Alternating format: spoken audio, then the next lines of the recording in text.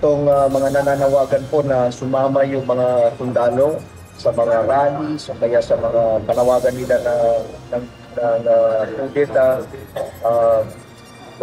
wag na po kayong umasa na ang armed forces of the Philippines ay gagawa ng unconstitutional, not resort to unconstitutional means to bring about change.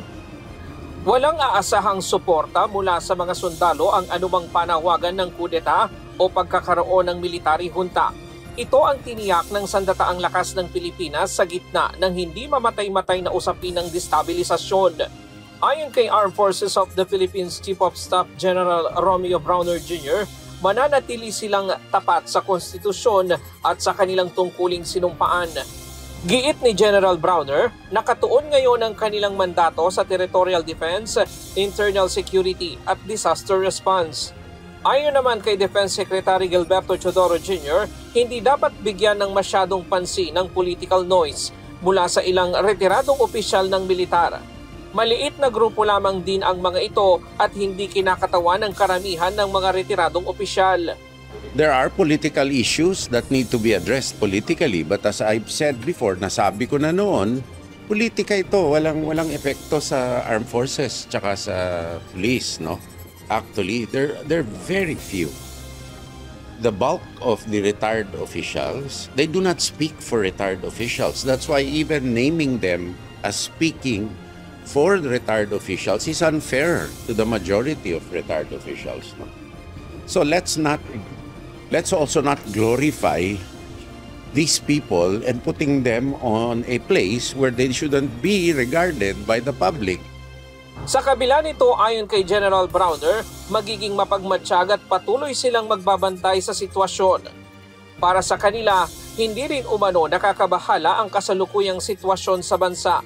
Gayunman, siniseryoso nila ang anumang banta ng kaguluhan kasabay ng isasagawang rally na sisimulan sa Linggo na inaasahang tatagal hanggang Martes.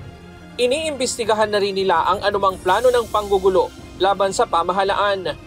Nais rin ng AFP na matiyak na walang aktibong miyembro ng Sandataang Lakas na sasali sa anumang bantang panggugulo kasabay ng isasagawang rally.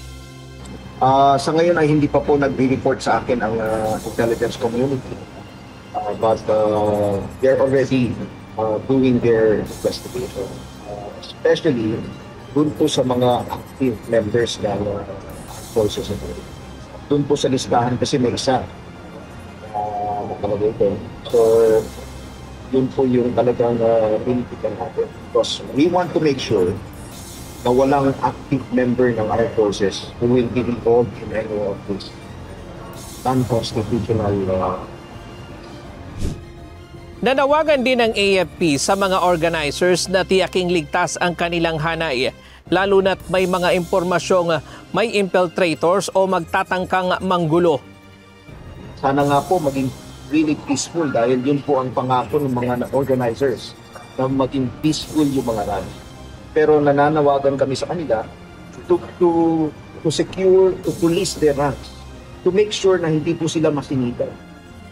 Handa naman silang tumulong sa PNP sa pagbibigay seguridad sa mga rally ngayong Setyembre 16 hanggang 18 kung kinakailangan. Ryan Lacanlale, UNTV News and Rescue. Diyos ang aming sandigan, serbisyo publiko ang aming pinahahalagahan.